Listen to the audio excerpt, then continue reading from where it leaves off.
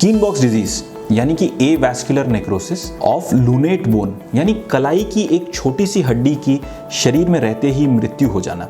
इस बीमारी को अटेंड करते हैं, ट्रीट करते हैं हम जनरली 1 या 2 सर्जरीज के कॉम्बिनेशन करते हैं। क्योंकि ये स्पेशल केस था, 3 दिन के बाद मैंने डिसाइड किया कि मैं इनमें 1 नहीं 2 नहीं 5 सर्जरीज करूंगा। 5 सर्जरीज करके मैं इनको वो रिजल्ट देने का प्रयत्न करूंगा जो इनको चाहिए।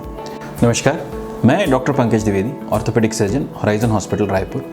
आज आपके समक्ष एक बहुत ही इंटरेस्टिंग और बहुत ही रेयर केस लेके उपस्थित हुआ हूँ। कीन बॉक्स डिजीज यानी कि avascular necrosis of lunate bone यानी कलाई की एक छोटी सी हड्डी की शरीर में रहते ही मृत्यु हो जाना। ए वैस्कुलर नेक्रोसिस ऑफ हिप, उससे होने वाला ऑस्टियोआर्थराइटिस, सिकल सेल डिजीज से उसका रिलेशन, इस पे आपने हमारे कई वीडियोस देखे हैं।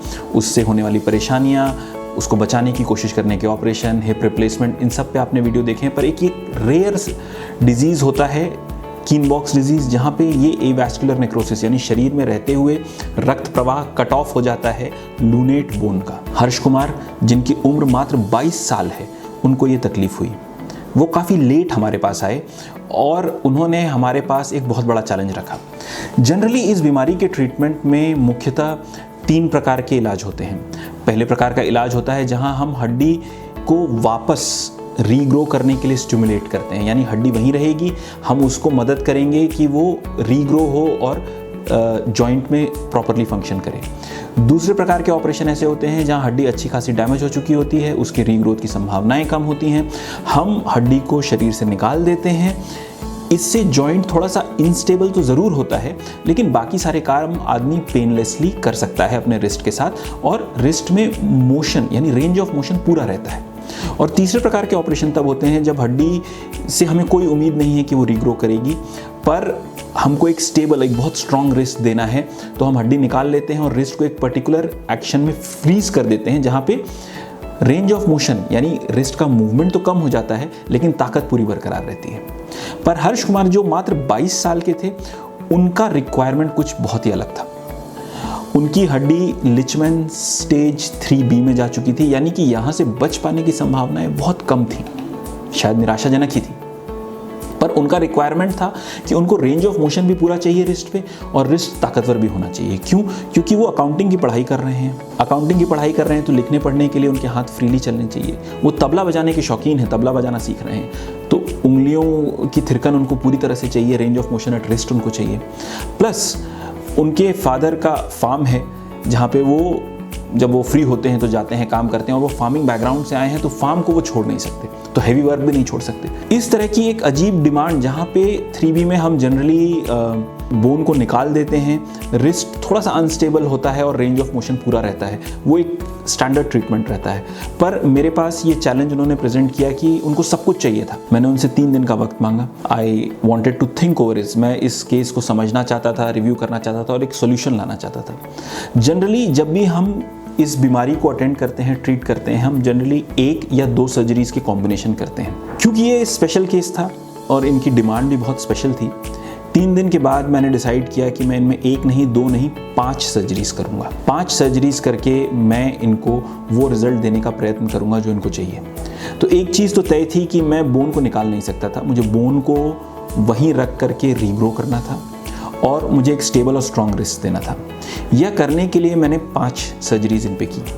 पहली सर्जरी थी स्कैफो कैपिटेट फ्यूजन, यानी कि स्कैफॉइड और कैपिटेट बोन को मैंने टेम्परेरली फ्यूज कर दिया कि जब तक हीलिंग हो रही हो उसका प्रेशर लूनेट बोन पे ना आए।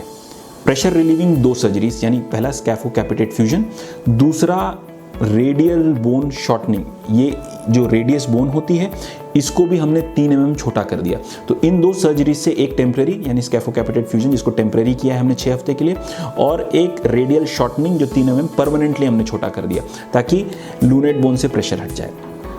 ये 2 सर्जरीज हुई। फिर 2 सर्जरीज लूनेट बोन को वापस उगाने के लिए, एक रेगुलर ग्राफ्टिंग दे करके उसको उठाया गया। मान लीजिए जैसे कोई बिल्डिंग कमज़ोर हो रही है, उसकी छत दह रही है, तो आप क्या करेंगे? आप उसमें पिलर्स लगा करके उसको सपोर्ट देंगे। तो एक रेगुलर ग्राफ्टिंग करके वापस हमने उसको शेप दिया। उसके बाद हमने उसमें reversed flow vascularised bone graft किया। ये बाल बराबर पतली धमनियों के ऊपर बेस्ड, ब्लड वेसल्स पे बेस्ड एक वास्कुलर बोन ग्राफ्ट उठा करके ऑपरेटिंग माइक्रोस्कोप को यूज़ करके वो प्लेस किया। ये हो गई 4 सर्जरीज। और आखिरी में मान लीजिए अगर ये सब कुछ फेल हो जाए, उनकी बोन इंटीग्रेट ना हो और उनको तकलीफ रहे, तो कम से कम पेनलेस रिस्ट रहे, तो डॉर्सल न्यूरेक्टमी मतलब बहुत ही पतली नर्व जो इस बोन से होने वाले पेन का हमें एहसास कराती है, उसको हमने कट कर दिया कि मान लीजिए अगर सब कुछ फेल हो जाए तो कम से कम इनको दर्द ना हो। पर आज मात्र 4 हफ्ते बाद नतीजे बहुत ही सुंदर हैं। एक्सरेज आपके स्क्रीन पे आ रहे होंगे, पहले का एक्सरे आप देख पा रहे होंगे कि लूनेट बोन दिख भी नहीं रही है, मात्र एक पतला सी वाइटनेस और एक फ्रैक्चर दिख रहा है, और अब वो पूरी तरह से रिकंस्ट्रक्टेड और इंटीग्रेटेड है। साथ ही साथ आप रेडियस बोन की शॉर्टनिंग हो गई है, इसलिए उसमें शॉर्टन करके प्लेट लगाई गई है जो 1.5 साल बाद निकाल दी गई है, और स्कैफोकैपिटेट फ्यूजन के तार आपको दिख रहे होंगे जो 6 हफ्ते बाद निकाल दिए जाएंगे। तो ये बहुत ही एक चैलेंजिंग और इंटरेस्टिंग केस था, जिसे करके मैं भी बहुत खुश हुआ और पेशेंट भी बहुत सेटिस्फाइड है। धन्यवाद। रायपुर का हेल्थ कैपिटल